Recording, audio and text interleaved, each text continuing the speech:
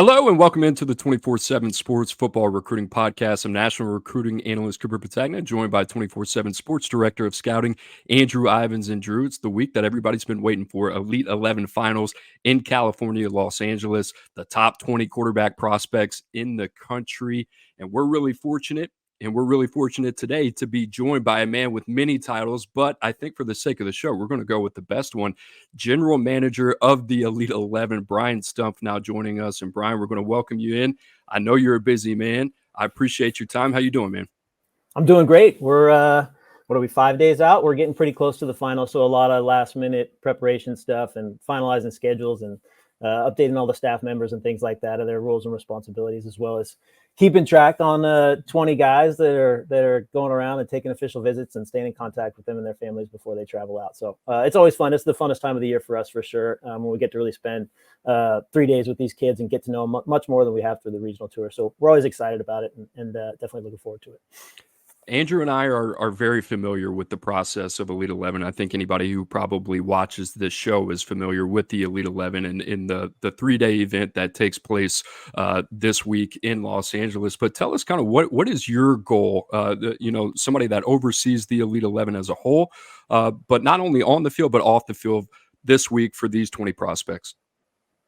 Yeah, I mean, our goal is simply to give them more tools to hopefully be successful at the next level. You know, that was really the genesis of the Elite 11 back in 1999 when I was still in college and trying to finish up there, and Andy Bark and Bob Johnson getting it started at Student Sports. But, you know, it's the most difficult position to play in all team sports, right? And it's the most analyzed and scrutinized, and there's so many things that go into it. So, when they were traveling around and doing the first kind of high school camps and combines back in the 90s, and they'd have 4-hour camps, and it's great doing one-on-ones and stuff for the skill guys and testing, but there's only so much you can do with quarterbacks in that limited time frame. So they wanted to do something that really could dive deeper with the top guys at the position and try to give them that chance to, be able to succeed as early as possible at the college level. And obviously now fast forward 26 years, the college game has been, dramatically changed since it was in the late 90s and early 2000s. And the pressure is really on these kids to be able to come in and be acclimated in, sink or swim right away with the transfer portal and the way the quarterback position is now. So it's even more, I think, of a valuable tool, hopefully, for these quarterbacks to come out and get these 3 days and really immerse themselves in the position, not just on the field. And we do some fun stuff on the field, obviously, with throwing and competitions. But, in terms of the off the field curriculum we want to give for these guys, leaning in heavy on X's and O's, but also leaning in heavy on the position and all the things go into it, from leadership, and then what they can do with their influence that they have in their community and their current community, and making the most of their last couple of months here at their high schools, and then how they transition into a college locker room. So there's so much that goes into it. We really try to maximize every second that we get with them out here, and leave them. We hope that they leave walked away inspired to keep working hard at this position and keep learning and adding to what they've gained over those 3 days. Brian, 20 finalists this year. I think that's kind of been your usual number. Maybe one time there was 24 or something like that. What is that selection process like? I mean, you guys have a regional tour, starts, I think, in February, wraps up in May around the country. I don't know how many quarterbacks you have through. I would guess in the thousands. I've seen you and your staff, different coaches, you guys will huddle up and extend some invites at these regionals, but it seems like you guys also sit down behind the scenes. I don't know if there's a war room, but what goes into that whole selections and how do you guys get to 20? For sure. It's a great question. And I think we've been at 20 now really since the last couple of years at the opening pre-COVID. That was just a nice even number that we settled on. And then we'll name the 11, the actual Elite 11 coming out of the finals event. But yeah, I would say the evaluation process really starts when we start seeing some of these guys as freshmen and sophomores, and it's probably similar to what you guys do, right?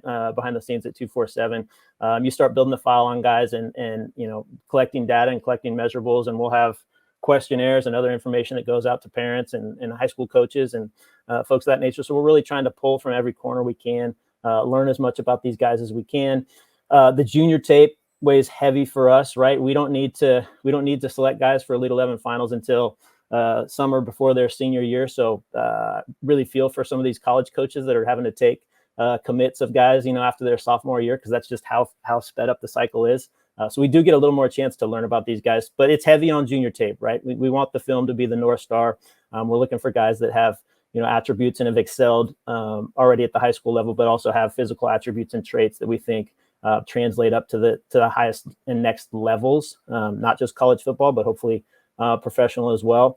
So we're forming the foundation off of the junior film, and then the great thing about going out and doing this year 8 regional camps is in the spring is 17-year-olds and 16-year-olds and 18-year-olds get a lot better from even November, the end of their junior year, to when we see these guys sometimes in April and May. So you're adding what you see physically from the athletes at the regional camp, but also when you see them in person at the camp, you get a great, maybe not great, you get a good barometer on what kind of kid he is, and is he coachable? Is he a leader? Is he the guy that's going to jump to the front of the line and take as many reps as he can, or if he has a bad throw, is he going to kind of sink to the back? So you get to pick up on a lot of those intangible components as well when you see those guys. But yeah, we start with the film. We want to lead with the film. The film is our North Star. But then we're always going to add to that evaluation. And, sometimes you verify what you think of a kid on film when you see him at camp. And sometimes you walk away from camp being, man, Andrew was a lot better at camp than he was on the film. We really need to dig deeper here. And, he's gotten a lot better. So that's the fun part of it. And we have a great group of guys that hop on those regional camps, and, their input is always valuable. We've really got a core staff of guys that have now, worked these events for 8, 9, 10 years and have seen, the Justin Fields and the Tuas and guys like that, and the CJ Strouds when they were in high school. And so there's a good, measuring stick and a lot of, obviously, historical data from the past 25 years that we can lean on as well. Can you take us through the selection process for the final few spots? That's what I think is really interesting. You talk about the junior film being the North Star, and then you see these guys in person, and maybe something pops that you didn't see on tape a little bit. But just, when you guys are trying to fill out that roster, do you lean more on traits? Do you lean more on production? Is there something for you guys that you kind of come back to base and say, okay, this is somebody that we kind of want to see more of because we saw flashes of that? What is it you're kind of looking for when you're trying to fill out that roster? Yeah, it's a great question. And that's one of those that's always going to be beauties in the eye of the beholder, right? I think, again, you guys do similar exercises, right? And once you get to, for us, it's usually that 15 or 16 to, honestly, this year, 30 or 32. All these guys are, really talented, and there's a lot of things to be excited about them at the next level. I would say we tend to probably swing a little more on upside and traits. When we get down to those last couple spots, we'd love to hit a home run, so to speak. And so there's been some guys, CJ Stroud recently is probably a good example of one of the last selections. Everybody likes to say he was the last guy in 2019. He was actually the second to last guy in. Tyler Van Dyke was the last guy in. But looking at a guy like that who hadn't played a ton of football, maybe as much football as other guys, but he had a great multi-sport background, right, with his basketball, and he was an excellent basketball player. And we learned a lot about him he actually came to 2 regionals just in terms of his want to and his makeup. So again, kind of an example too of you get to see, sometimes in these cases, more of these guys during a critical point in their evaluation and maturation process than some of the college coaches do, unfortunately, just based on the way the recruiting rules and the calendar is set up. But yeah, I would say, it's a great question, Coop, and we try to go upside. It's always case by case basis, right? And no quarterback prospect is built the same. We certainly want them to be an excellent football player currently, and we don't want to put a guy into a situation where he's going to, potentially have a negative experience from the finals, just in terms of, being that far behind the learning curve, maybe. But at the same time, we know there's a scoreboard down the road, and so we do want to try to project things out as best we can. And if we think this guy has, special physical traits, and we're looking at, spot 19 or spot 18, and that's usually we'll roll the dice for upside at that point. Man, I feel your pain when it comes to like those final spots. I mean, every fan base thinks their kid should be a 4-star prospect. Every fan base thinks their quarterback commit should be in the Elite 11 finals. I'm going to steal that beauty in the eye of the beholder. I say we're counting cards, or like, we only got a certain amount of bullets to use here. 3-day competition. It kicks off on Tuesday. There's gonna be a workout that night. I think it's kind of stationary throwing drills. And then Wednesday night, you got the Panini Accuracy Challenge, VC's Pro Day. Is that how you say Vice's it? Pro Day. Yep. Great Vice's new Pro Day. sponsor on the helmet side. Yep. And then Thursday we got 7-on-7. Why those? Why did you structure it like that? What are you trying to accomplish each day? Yeah, I think with the way that the event is set up now, and it's always evolving and changing slightly every year, and we want to keep growing. the first night is really a chance to get guys acclimated, right? And also that'll be the majority of the on-field instruction we'll do in terms of, footwork and drops and things like that. And so it's almost like a workshop from the standpoint of the way we set it up, where we'll let our guys coach and put our guys in the best position where they really do what they do from a coaching standpoint and major on the things that they do best on the field. And so get the quarterbacks acclimated, right? Get them a lot of throws, get them moving around and that type of stuff. Coach them up on footwork, drops, all that good kind of stuff on the field night one. Night two is a big competition day, right? That's kind of we always tell people that's like the circus tent night where, we got the scoreboards going and the lights are on and all that fun stuff. So it's kind of that competitive atmosphere. So we have, two big competitions that night. And that's really, it's fun to push guys out to the middle of the field and they're the only guy going and everybody's watching and see how guys do and handle that setting. It's certainly not the same as playing in front of 100,000 people at the big house or something like that. But in the setting it's the best we can do to simulate a pressure packed, all eyes on me kind of situation, similar to the rail shot too, obviously at the end of the first workout. And then day 3 with 7-on-7, we pass along a playbook with I think we're up to 38 pages of concepts that are mostly taken from the pro game and some very popular college passing concepts. We've had a couple Zoom installs with those guys already. So that's really where we want to give them curriculum. Again, these guys have to be ready to play quickly or ready to show the quarterback coach and the OC on staff that if they're not playing that year, they can be the guy next year, right? Or else they're going to get passed over in the portal. So coaching them up on how to be a pro, how to get in the quarterback room, how to watch tape, giving them materials. And then they have a couple weeks with it. They get to the finals and they get to take it to the field on the last day with 7-on-7. So it's really, hopefully for them a preview of what it's going to be like in college. You got to learn stuff quickly. You got to pick it up. You got to figure out how to associate things, take notes, make it translate to whatever kind of football language and IQ you currently have. But it's always fun to see those guys take it to the field and how much of a level of mastery, there's been guys that obviously have excelled in the 7-on-7 portion, even going back to when it was the opening. And it's been a big kind of parlay into future success when you look at guys like Tua and guys like that and CJ that excelled in the 7-on-7 portion of it as well. So that's the setup and fired up to see how these guys compete when they get out here next week. Every year, it seems like you have the best crop of quarterbacks in the country. Obviously, that's the goal, to get the most elite talent to this event. Last year was pretty interesting. You got guys like DJ Lagway, Julian Sayin, Dylan Raiola as well.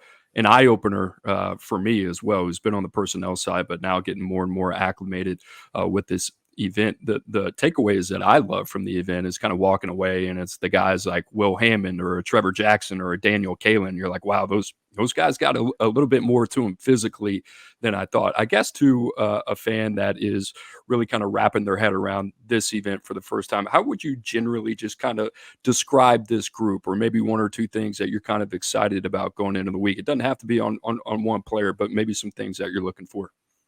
Yeah, absolutely. I think you hit on one of them. Like, I think there's always a couple guys each year that stamp themselves as, I'll use you guys as rankings, maybe as more of a barometer, because we don't do that, but I think everybody's looking in at it, that stamp themselves probably as, I would say, solid to higher 4-star type of guys, where they're more, going in, they might be kind of 12 to 20 for a lot of people. And, so there's always a couple risers like that. You think back, like even like an Avery Johnson 2 years ago, right? I think we all knew he was pretty athletic. But kind of probably questions about him being able to be a consistent passer and things like that. And I think for most people at the finals 2 years ago came out like, okay, Avery Johnson is probably going to be a pretty serious dude. And I think we're seeing that, now he's cleaned out the locker room or the quarterback room at K-State, after 8 months or whatever. And they're fired up about his future. So I think there's guys like that might not necessarily be in, the MVP running in terms of their resume coming in and then just where they are when they hit the field. But you walk out of there saying, man, these guys are guys. And then I think there's always the fun intrigue of, is there going to be a back of the pack guy that even pushes forward and goes for MVP honors? I think, Tua way back in 2016 was probably not a guy that a lot of people, were thinking going in has the potential to be the best quarterback in this class. And, through the time that we had with him, and it's these guys that they're ascending every single day, right? Any opportunity they get on the field, they seize it. They shine in those, kind of spotlight moments where all eyes are on them, like we talked about earlier. we put those guys in situations where there is a little bit of pressure, and everybody's watching, and these guys that just the best comes out of them in those pressure packed situations. So that's always fun to see too. And then the off the field stuff. I think that's the one where you can also see the leaders emerge every year, and there's usually one or two kind of Pied Pipers of guys you walk out of there saying, this guy's going to be able to acclimate to whatever locker room he goes into. And, even more important now than ever with the transfer portal era, inevitably, 70% of these guys are probably going to be moving within 2 or 3 years. And, a big part of that is how you can connect with new teammates and be able to carry over, because it's so important to this position. Not trying to ask you to handicap the field, but you saw all these guys throw at the regionals. Is there any kind of 1 or 2 workouts that stood out? And I'm not saying that's going to play into what takes place over the next few days, but someone where you're like, whoa, okay, this was one of the better workouts I've seen to date or in recent years? Yeah, it's a great question. We were talking about it in the office the other day as it relates to some of our media guys and their MVP picks and things like that. I would say, back to your previous question too, I think this class, looking at it, is trending back to some bigger, more athletic guys. We had that written down. I was going to ask you about that. Yeah, like DJ was kind of a unicorn last year, Lagway, in terms of just that group, and we had a lot of good 6'1"-ish, 6'2"-ish passers that were good athletes, but it wasn't a huge part of their game in pads. So I think there are some it's trending back in this cycle to some bigger guys with some horsepower in their legs and all that good stuff that again, we can't simulate a lot of the zone read keepers and running through guys' face masks at the goal line in our camp setting, obviously, but I think that's the exciting part when you have these guys that they're physically talented. You get a chance to really see them now in this passing environment for 3 days, because they already have that part of their game checked off in spades. So definitely with this class, there's those guys, and I would say just from the guy I'm probably most curious about just to see him in this setting is going to be Camario Taylor out of Mississippi.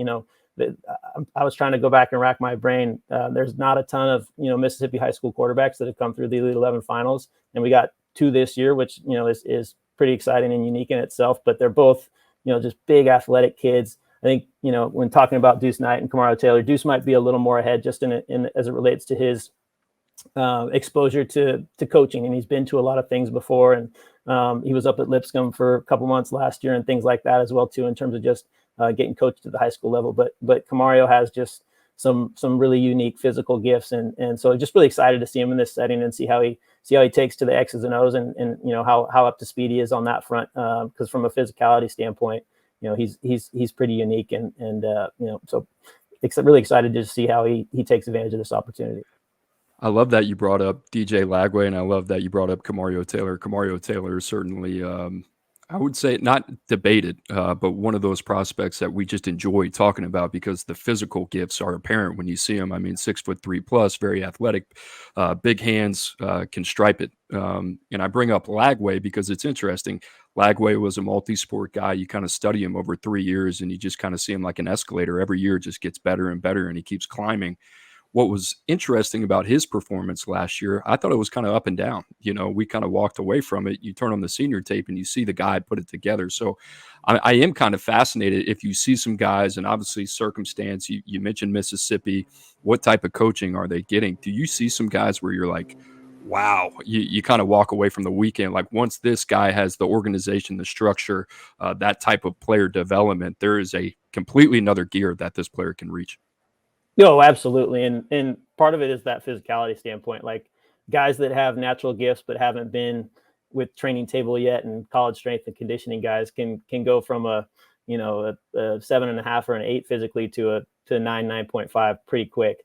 I think the important one for some of these kids to recognize too is if they are a little behind on the XO standpoint, one, we want to get them a little caught up, but it's almost like it also can become an action item coming out of an event like this. Like, hey, you've been in and you've seen, there's some kids that are really accelerated. They have the benefit of playing at great high school programs or a private coach that they've worked with for a long time. And, you see a kid like that, if you're a little behind, you really have to now take the initiative in the next 4 to 5 months and get yourself closer to that level so you can go in at the next level and be as prepared as you can. So I think, I don't want to call it like a wake up call for some kids, but hopefully it's just it's a reminder and an accelerator that, you get to see where the other guys are at, both physically and mentally. And you have to be a guy that, your first couple of weeks in that quarterback room, this guy believes in you. Otherwise, they're gonna be moving on pretty quickly. And so I think that part of it as well. There's guys that can make huge physical jumps, and there's guys that the light bulb can go on right as it relates to, I know I can throw with Andrew, but he's really good in some of these other places that I just haven't really had a chance to focus on yet, or haven't maybe thought it was important yet to this point, because I can get by on my physical gifts. Brian, we'll get you out on this one. I know you are busy doing a variety of different things. I thought this was the 25th edition, so we're at 26, right? Started in 99, 26. Yes, sir. You guys didn't even miss the pandemic year, right? You still had an event. Yeah, that was we were out. I don't know if you guys, anybody make the trip. We were in Nashville, Tennessee. That was 2020. The Caleb Williams, JJ McCarthy, Drake May. Yeah, we got 20 guys into Nashville.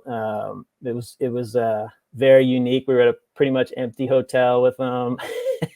We were able to get some service receivers come out, but we had 7-on-7 planned for the last day, and like the Tennessee governor changed the number of people that could gather rule. So we kind of created another target competition for that last day. But yeah, we were able to keep the streak going. And that was really a fun special year, because a lot of those guys didn't get to do, obviously, the camp tours and 7-on-7. I think most of the All-American games didn't happen that year either. So, looking back and staying in touch with some of those kids, they were, and obviously in the moment, they were super appreciative. Just they were able to come together because, unfortunately, they just didn't get a lot of those other experiences that I think most kids now in the recruiting cycles are taken for granted again already. Well, aside from that one, any others just stand out to you? Like, I mean, obviously you have memories from any of them, but like one year you always kind of go back to. For me, it was when we got Justin Fields, Trevor Lawrence 7-on-7 game at the opening finals. That was, I'll never forget. It was like the Beatles. I remember all the Nike employees being out there. So any yeah, that one for sure stands out, because it was the last year we were up on Nike's campus, right? And that was a really special class. I would say that was at the height of the opening, in terms of we've been doing it then for a couple years, so we were really, I would say we were probably getting 85 or 90% of the guys we wanted out in terms of the skill players that were part of it. So just looking back, it was such a loaded event. But yeah, the level of play that you had to have in those kind of 7-on-7 settings too, where, you had all 4 stars and 5 stars in the secondary. And if you were ticked late, balls were getting picked and going the other way, and they were doing cartwheels over by the big platform balcony thing in the middle of the field and all that sort of stuff. So, that was I think like the Trevor Justin year will always stick out. And there's been also, those 2 guys get mentioned, but that was a really deep class. And there's, 5 or 6 other guys from that group now that are also playing in the NFL and professionally and all that good stuff too. So, Brian, we appreciate the time, man. I know Andrew and I, the rest of our team at 24/7 Sports, we cannot wait to get out to California to see you guys. Obviously, the top 20 prospects at the position in the country as well. We appreciate you stopping by, man. Absolutely. And thanks for you guys for everything you do and covering the events and helping the kids get to where they want to get to. Appreciate it. Thank you. Brian Stumpf, general manager of the Elite 11, and one of the more impressive individuals that you meet, and stand-up individual that goes about it the right way, obviously talking about everything off the field as well. So everything you need college football recruiting, you can find right here on the 24/7 Sports YouTube channel. And the Oyster Boys, Andrew Ivins and myself, every Tuesday, Wednesday, noon Eastern time. Guys, please make sure to like and subscribe for more content like this. Big week for 24/7 Sports last week. Hit over 400,000 subscribers. Guys, we appreciate you. Drew, Brian Stumpf, like I said, impressive, and always enjoy talking to somebody that is not in our position, that uses very similar language. It's kind of like a force multiplier. It's kind of like, all right, I'm not crazy. There's a little rhyme to the reason of what we're kind of doing here. But any takeaways from the last 20 minutes?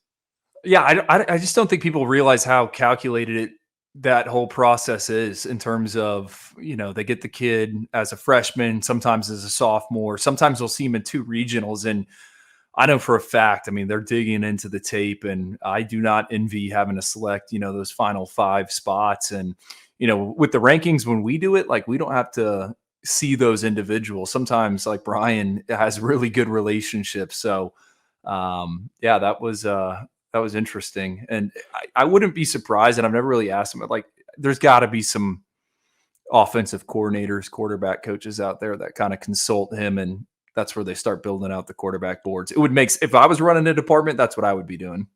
I wanted to ask him, I know we're kind of running short on time. One of the questions that I kind of had for him was like, I wonder what his correspondence with like collegiate coaching staffs are, and obviously I didn't want to put him on the spot, but he has so much just really unique intel on these guys. And, you think about the tangibles, obviously the traits are apparent when you're identifying and evaluating some of these guys, but how do these guys take coaching?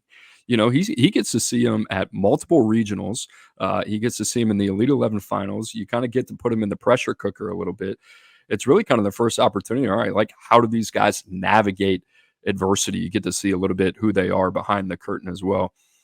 The Camario Taylor tidbit, fired me up. We didn't really get into names that much, but it was interesting in the fact that I think you and I were kind of like, before Camario got selected, before Luke Nickel got selected, we kind of wondered what direction they were going to go. And I think you and I, the rest of the scouting team, I said, I hope they tab Camario Taylor here, because I would just love to see him again.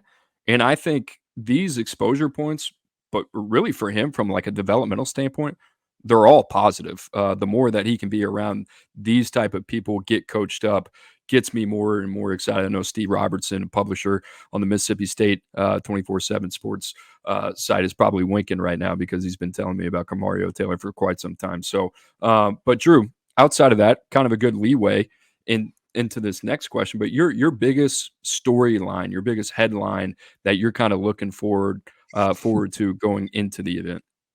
Well, I came up with this rundown of questions because I think this is a great way to preview it. We got 5 questions. 5 questions. Me and you are going to pinball here. The thing is, I could have wrote down like 15 things for the biggest storyline. I think I'm going to settle with which quarterback pushes for a spot inside the top 32.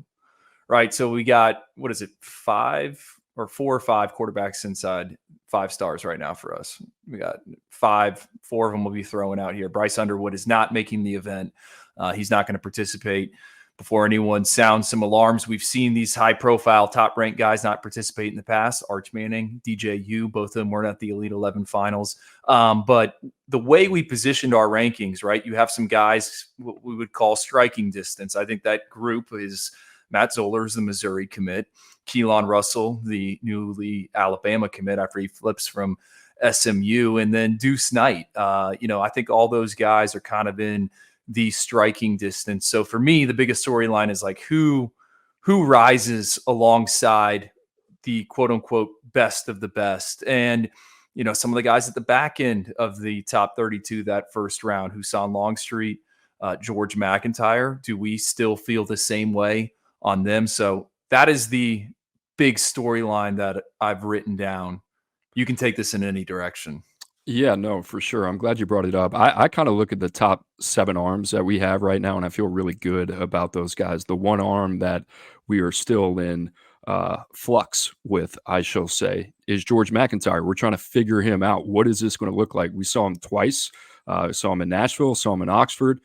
Those exposure points, we've been very honest, left a little bit to be desired. So what's this going to be like in this kind of, if you want to call it high pressure environment with a little bit more attention on him? So that one's going to be interesting. The other thing I said, who's going to be the guy potentially to get into that second tier, that for kind of 1A, 1B tier? I talked about those 6, 7 arms. Who's it going to be? What are we going to see from Akili Smith? What are we going to see from Ryan Montgomery? How is Malik Washington going to handle himself? Ty Hawkins is a guy that's been picking up interest. Does Camario Taylor come out and impress? Or is it a name that we're not even talking about, right? Is there a guy that we're maybe overlooking that says, you know what, yeah, I am a top 64 prospect right now? There does not seem to be an obvious choice outside of that. I think Ryan Montgomery would probably be the guy if you were forced to make a decision. I'm excited to see him as well. But that's kind of my thing. Like that crop of 6, I really like. McIntyre is going to be in a sink or swim situation. And then who's the guy that can kind of push themselves into that conversation? Much like Ethan Grunkmeyer last year at the Elite 11, they ended up signing with Penn State. Remember Grunkmeyer, I think it was night one, that workout, stationary throws where they're kind of throwing to different targets. And I think they're like firing a football like through a jugs machine at him. And I remember being on the field, seeing him throw, hearing that football, and it was like, whoa, this dude's got an arm that pops. And then we get into the 7-on-7 play. Most of these quarterbacks are looking to the outside. They don't want to throw turnover worthy passes. They're not going to take risks. Grunkmeyer was like, no, I'm going right at the teeth of the defense. And he had his buddy Luke Reynolds, the 5-star tight end, running like a gajillion routes for him. So yeah, that's a great one as well. Who kind of moves up. Another thing I had written down, what is like the recruiting juice going to be on Tuesday during check-in? Been to the Elite 11s plenty of times in the past, and just with how accelerated things are, normally it's kind of quiet on all fronts. It's maybe like one guy's deciding. This year, you look at the board, Julian Lewis has taken visits. Deuce Knight has been linked to another school. You can go up and down the board. Keelan Russell, he obviously just flipped, but I mean, there's some drama potentially out there. KJ Lacey's committed to Texas. What are Alabama or what is Auburn going to do? Kamario Taylor, he took a visit to UCF. Bryce Baker, he's been linked to Alabama in the past. Malik Washington, is it Maryland? Is it UCF? Like, it just feels like there's a ton of movement. Tramel Jones committed to Florida State. There's some Florida smoke behind the scenes. I don't buy it, but it seems like there's some recruiting. Like Tom Loy is going to be working hard on Tuesday. Yeah, that's going to be interesting. I know, yesterday, obviously a lot of feedback and a lot of chatter from Notre Dame fans just on the report that Tom was mentioning with Deuce Knight and Ole Miss. We'll see what happens. I mean, it's another opportunity to kind of see where he's at. But yes, the recruiting angle will be interesting. I think Ty Hawkins, right, another guy that we talked about. So Drew, your favorite to win the event. I'm kind of looking at this lineup 1 through 20. I think the biggest advantage that you've seen a lot of Tavian St. Clair in person. I have not. And I think I know your answer here. Well, I mean, you can't just take just say my answer for me. Well, I figured I knew where you were going. Is that it? Tavian St. Clair? It is TSN or TSC. Excuse me. Why do I keep calling him TSN? I've been watching too much hockey. Toronto Sports Network. Yeah, Tavian St. Clair. I think if I was handicapping this, obviously he's our number 2 ranked player, but seeing his workout there at the Elite 11 regional in Columbus, and then, man, everything I learn about Tavian, I can't get enough of it. Like, I think he is wired the right way. Was talking with someone at Ohio State earlier this week, and they were asking me about some 2026 quarterbacks. And it was, I don't know what the line of questioning was, but somehow they felt the need to tell me unprompted, hey, Tavian St. Clair is the real deal. And it's like, I mean, I told you this a few weeks ago after I saw him throw. So I think Tavian St. Clair, Coop, I can't wait till you see him and his size, 6'4", 225 pounds. I love the arm. I thought his workout, out of all the ones I saw in person, out of all the ones I studied on tape, probably my top one. That's the one I would score the best on this regional circuit tour. And then I think the other thing, talk about a player with the arrow pointing up, right? The trajectory, the jump he made from his sophomore to junior season. I think we're going to see it again his junior to senior year. So to me, he's the man that you got to kind of beat. I think that's who I have as my favorite to win MVP. What about you? I'm trying to think if past history can kind of tell us something, right? I think it was saying last year, Jackson Arnold, the year before that, correct? Yeah, so outside of Tavian St. Clair, it's like, who does your mind go to? And I would say 2 guys, probably Keelan Russell, but really Ryan Montgomery for me. I think those are going to be the 2 biggest challengers, just in terms of, when I think about Arnold and I think about saying, what did they have in common? They were 2 of the most polished guys at that point of their career, and 2 guys that were, one, really coached up, had played a high level of football, and that environment to them was something that they just seemed quite natural when you drop them in that bucket. So yes, I think the betting odds, we always love to talk about that, would be on the number 2 player in the country outside of that. I'd take a flyer on Montgomery and Russell. And Julian Lewis is kind of the other guy that I kind of want to see kind of how he stacks up. I might have taken this away from you a little bit, but a dark horse, is there a guy you're kind of like, I don't know, I'd throw some money on that. Keelan Russell. I mean, you brought him up, and Ryan Montgomery were the two I wrote down. And what's great about this exercise is we're not comparing notes. KJ Lacey, I think, is another kind of like super dark horse out there. What he's been able to do at Saraland, 3-year starter. You mentioned Jackson Arnold. You mentioned Julian Sayin. Those guys had very decorated careers. And you listen to Stumpf on the front end of the show. I do think some of that is baked into how they stack and rank these guys. And, I think it's just a little bit of a fraction. But he said it, the tape is the North Star. And KJ Lacey's got a ton of tape. I mean, he's played since he was a freshman. He can spin the football, and he's a guy that is no stranger to the camp circuit, the 7-on-7 circuit. I think that's the other thing, like Coop. All right, so Ryan Montgomery, for example, the Georgia commit, 3-year starter, set school records up there in Ohio. He hasn't played a ton of 7-on-7, right? Ohio kind of regulations, you can't play the club. And this offseason dealing with a turf toe, right? He injured himself during basketball. It was unclear when he showed up to that Elite 11 regional in Columbus if he was going to be 100%. So, and the same thing applies to Tavian St. Clair, right? He's only played in one national 7-on-7 tournament. I saw him there in Orlando. There was an adjustment period, and that's the final workout and all this stuff. So I think the 7-on-7 is an interesting wrench in the entire equation in terms of how they get to the MVP. That little nugget has kind of maybe opened my mind a little bit to the way that I'm going to go here. I'm going to go Tramell Jones, Florida State. And Tramell Jones was a surprise invite when he got one, at least for me.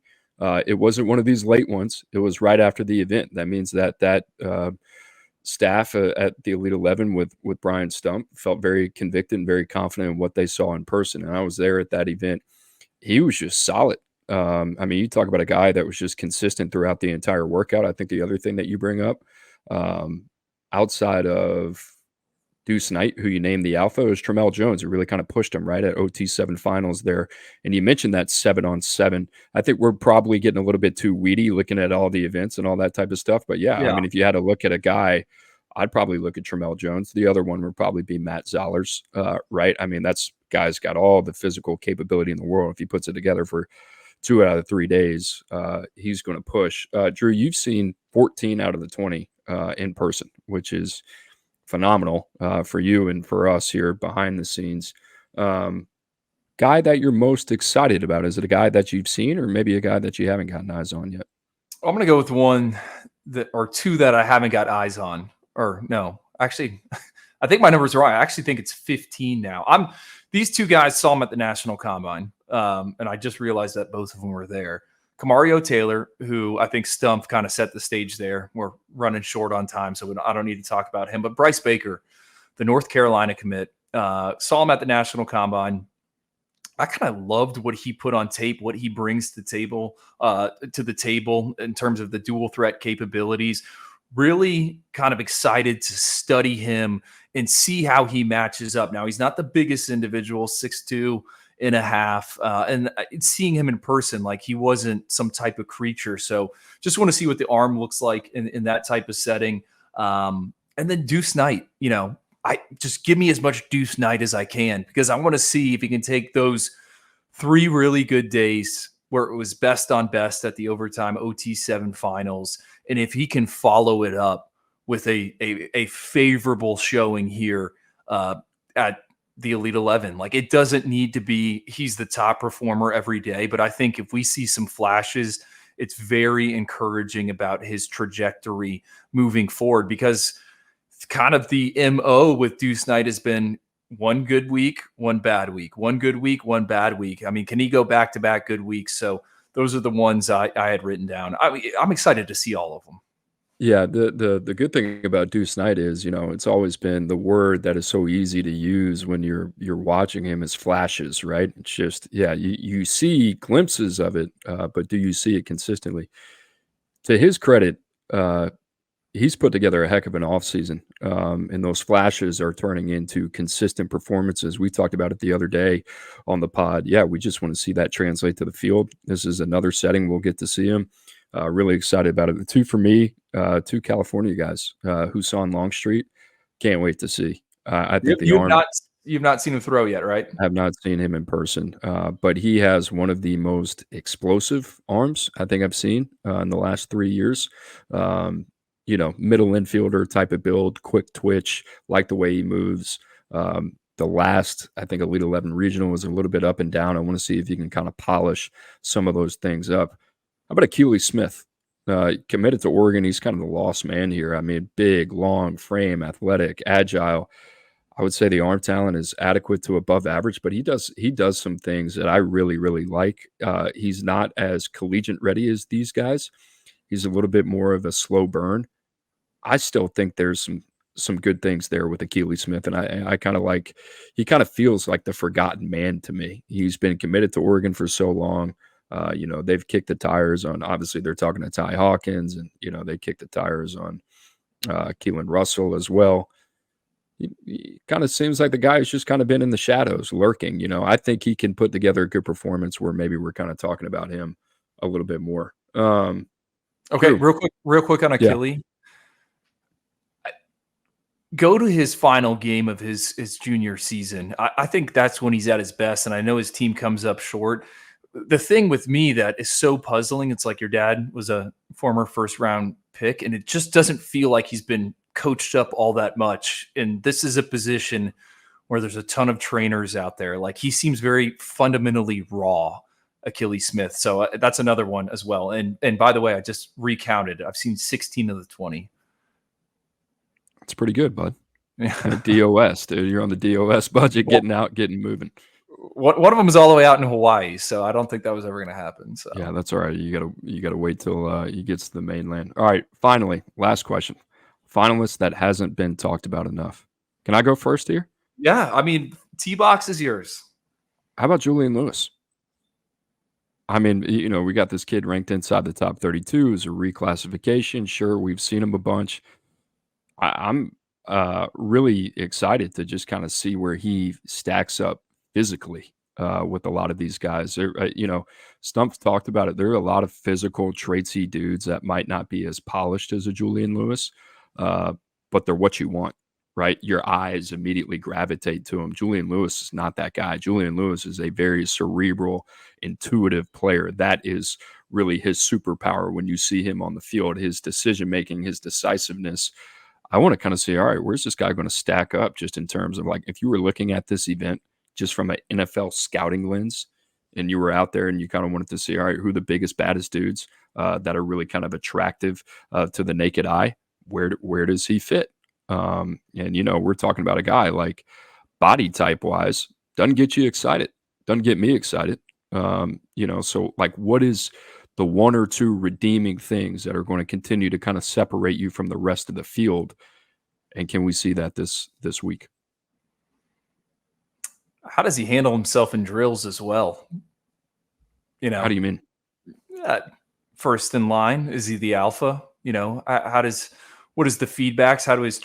How do his peers treat him? Yeah, it's something I'm going to be keeping an eye on. I'm going to be asking some questions.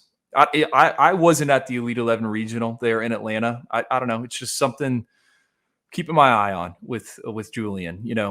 Is he was the term Stumpf used, Pied Piper, or is he kind of in his own world? Again, because this is an important position and it's a leadership position. The one for me, Luke Nickel, Miami commit. Actually, we do talk about him enough because we're asked about him all the time on the podcast about his ranking and whatnot. Luke Nickel, guy I saw first game or second game of his junior season down in Florida, wasn't the best exposure point. What did he do after that? He went and he won a state title and one of Georgia's highest classifications. He was the point man. He was the trigger man. He was the guy that ran that offense. On the younger side, how does he stack up physically? What does he look like alongside these other quarterbacks? That's one. And then Alex Mansky, the Iowa State commit, I was surprised when that invite went out. He's the guy that I had pegged for my freaks list, like a 4-sport athlete, another dual threat talent. We have never discussed him on this podcast, and he's a fun player to me. And I want to know what he looks like as a passer, because statistically, he's near the bottom when we're talking about this group. TJ Lateef, Nebraska commit, excited to see him. Yeah, Luke Nickel, I got to see him in the Atlanta Regional. Different build, but whether it's a positive or not, I don't know. But Judd Anderson, Emory Williams, like all these guys have kind of like a similar pocket style to them, and a Shannon Dawson run offense in Miami. I don't know. I mean, it's a different conversation for another time, but I'd be interested to kind of see the future of that room after Cam Ward, who's going to be the guy and then to get back into the portals, or one of these guys from the high school ranks that's going to emerge. All right, Drew, before we get out of here, any final thoughts, anything on your mind that you're thinking about, something that, our viewers should be maybe kind of chewing on over the next couple of days? I like this group. I think we kind of got a little bit of it from Stumpf there. I mean, because I had written down, hey, you got a bunch of big athletic freaks. And I wanted to ask, was that something by design? Were they searching those guys out? Or is that really what this class has to offer? Kamario Taylor, Malik Washington, George McIntyre. I mean, that's a kid that could play college basketball. Tavian St. Clair, you mentioned him. Keelan Russell, Husan Longstreet, Deuce Knight. Like, this is a bunch of plus athletes with prototypical frames.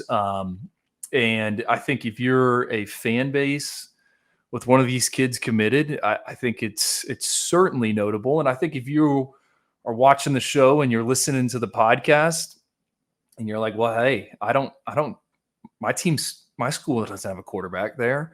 Stumpf said it, 70% of these guys transfer. Like, these are the names you're going to know about and you're going to hear about over the next few years. And I'm not doing that just to like drive viewership or whatnot, but like, I do think this group, there isn't many invites where I'm like, what are they doing here? Like, I think they did an excellent job of trying to get the best 20 out to LA.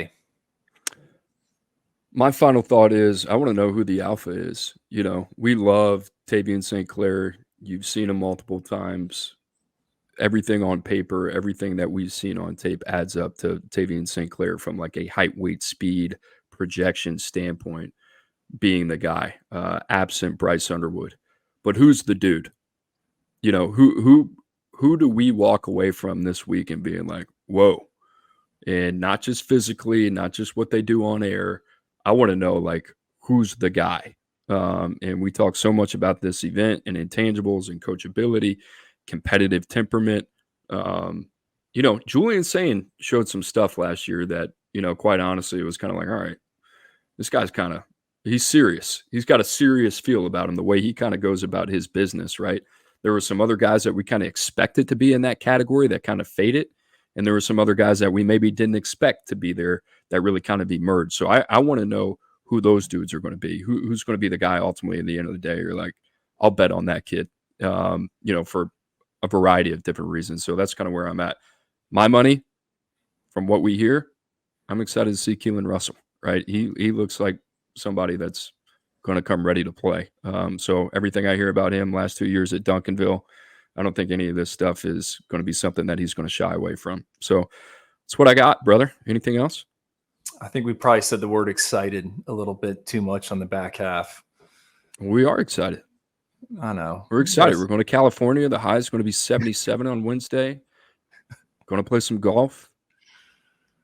I'm excited. I'm very excited. I'm excited. I'm very excited. We're very excited for this week. And we're also very excited that you guys have joined us today. And just a reminder, you can find all the great content on 24/7 Sports on the 24/7 Sports YouTube channel. All the coverage that you need for the Elite 11 finals. Our team got it right here. Tuesday through Thursday, we'll have recaps for you every single day. Andrew Ivins, myself, Tom Lloyd, Greg Biggins, Blair Angulo, and the rest of the team here at 24/7 Sports. The Elite 11 MVP will also have the first interview. You will hear from him exclusively as well. So, guys, we appreciate you joining us. Big week ahead. Appreciate you guys being locked in. Please make sure to like and subscribe for Andrew Ivins. I'm Cooper Petagna. We'll see you here soon.